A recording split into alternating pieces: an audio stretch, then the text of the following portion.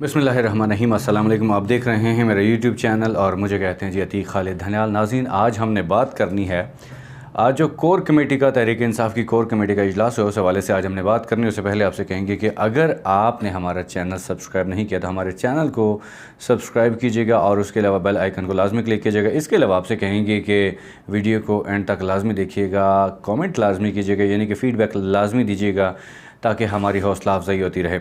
अच्छा जी, आज हमने बात करनी है, पिछले व्लॉग में मैंने आपको बताया था कि आज जो है इमरान खान साहब आए हैं, काफ़ी दिनों के बाद पेशावर से वापस लौट के आए हैं। और जैसे आपको मैंने बताया था पिछले व्लॉग में, और आपको पता भी है कि इमरान खान साहब जो इस्लामाबाद का जलसा था उसके बाद वो पेशावर चले गए थे। फिर पेशावर के बाद उन्होंने वहीं से ही अपनी कैंपेन शुरू की, यानी कि वहाँ से ही कुछ शहरों में गए, वहाँ पे जलसे किए और फिर आज जो है वो वापस आ गए हैं, वापस बनी गला पहुँचे हैं हेलीकॉप्टर के ज़रिए।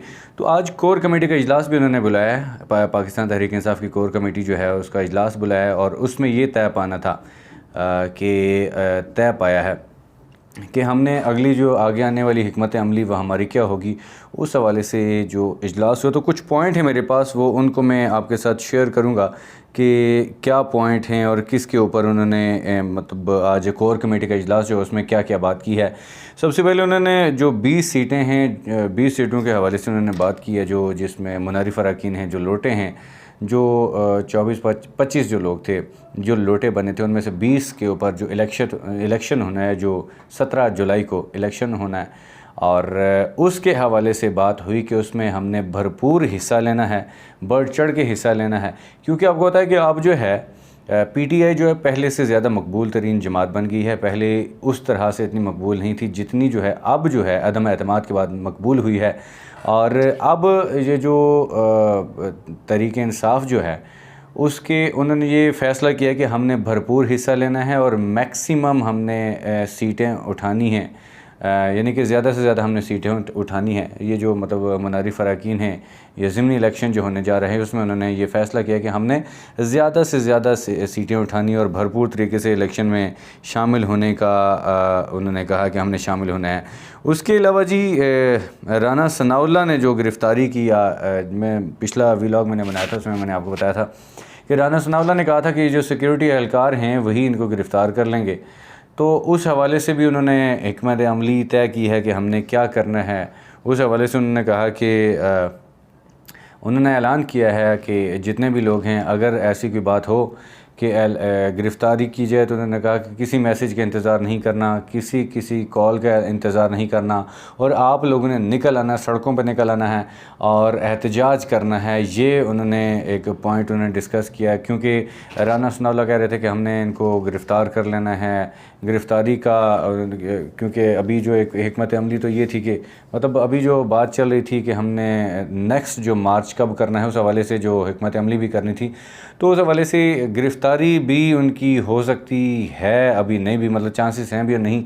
तो अगर तो ऐलान कर देते तो फिर उसके बाद कोशिश की जाएगी कि उनको गिरफ़्तार करने की, लेकिन फ़िलहाल उन्होंने ऐलान अभी उसको पोस्टपोन किया हुआ, कभी ऐलान नहीं किया कि जो मार्च के लिए जो धरना देना है या जलसा करना है, उस हवाले से अभी उन्होंने कोई किसी किस्म का उन्होंने कोई ऐलान अभी नहीं किया।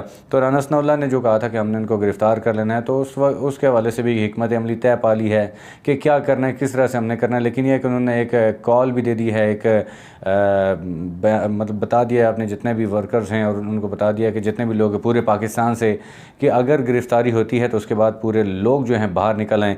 और ये तो था। उसके बाद पार्लिमानी बोर्ड का इजलास कल बुलाया जी 1 बजे, और 1 बजे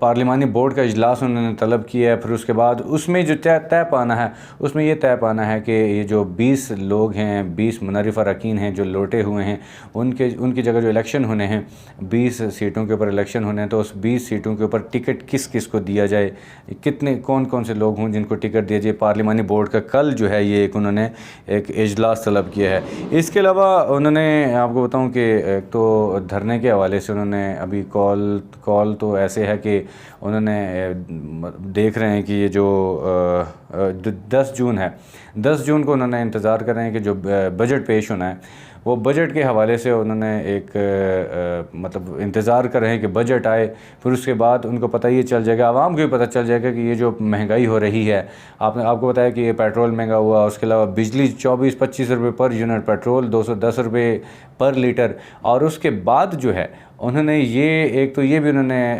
मतलब सोच रहे हैं कि अब जो है इनके ऊपर ये महंगाई का बोझ, महंगाई का दबाव जो बढ़ेगा वो और उनको लाने वाले जो हैं यानी कि मौजूदा हुकूमत वो और उनको जो लाने वाले उनके ऊपर महंगाई का दबाव बढ़ेगा, आवाम ख़ुद इनकी मुखालफत करेंगे।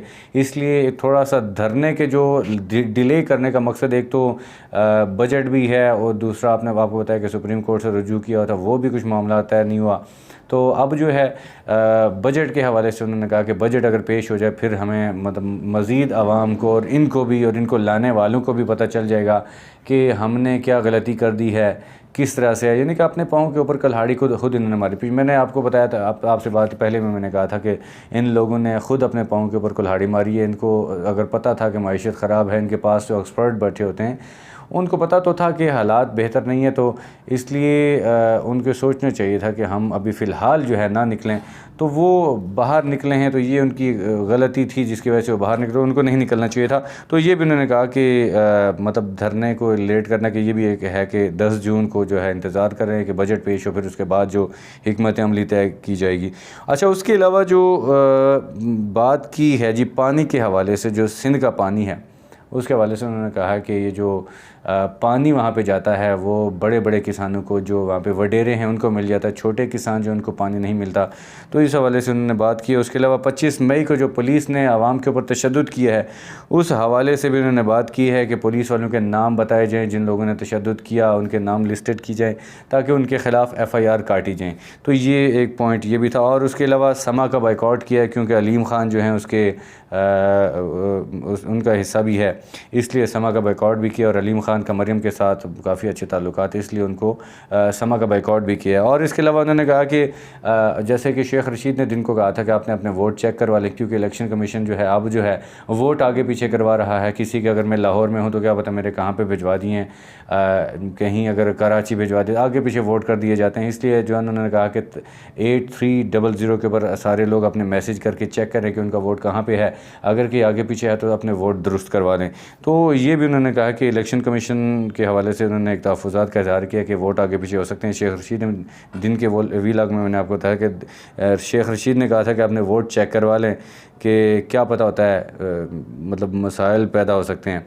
अच्छा, उसके अलावा लॉन्ग मार्च के ये ताख़ीर का जो वजह थी तो उसमें मैंने आपको बता दिया कि एक तो महंगाई थी, पेट्रोल कैसे महंगा हो गया, और उसके अलावा बिजली महंगी होगी। तो एक इस वजह से भी उन्होंने कहा कि थोड़ा सा मज़ीद जो है इस हुकूमत को ही देखने दें और हुकूमत को दबाव बर्दाश्त करने दें। ये जब आवाम शोर कर रही है तो ये हुकूमत ख़ुद देख लेगी और इनको लाने वाले भी ख़ुद देख लें। अच्छा, ये तो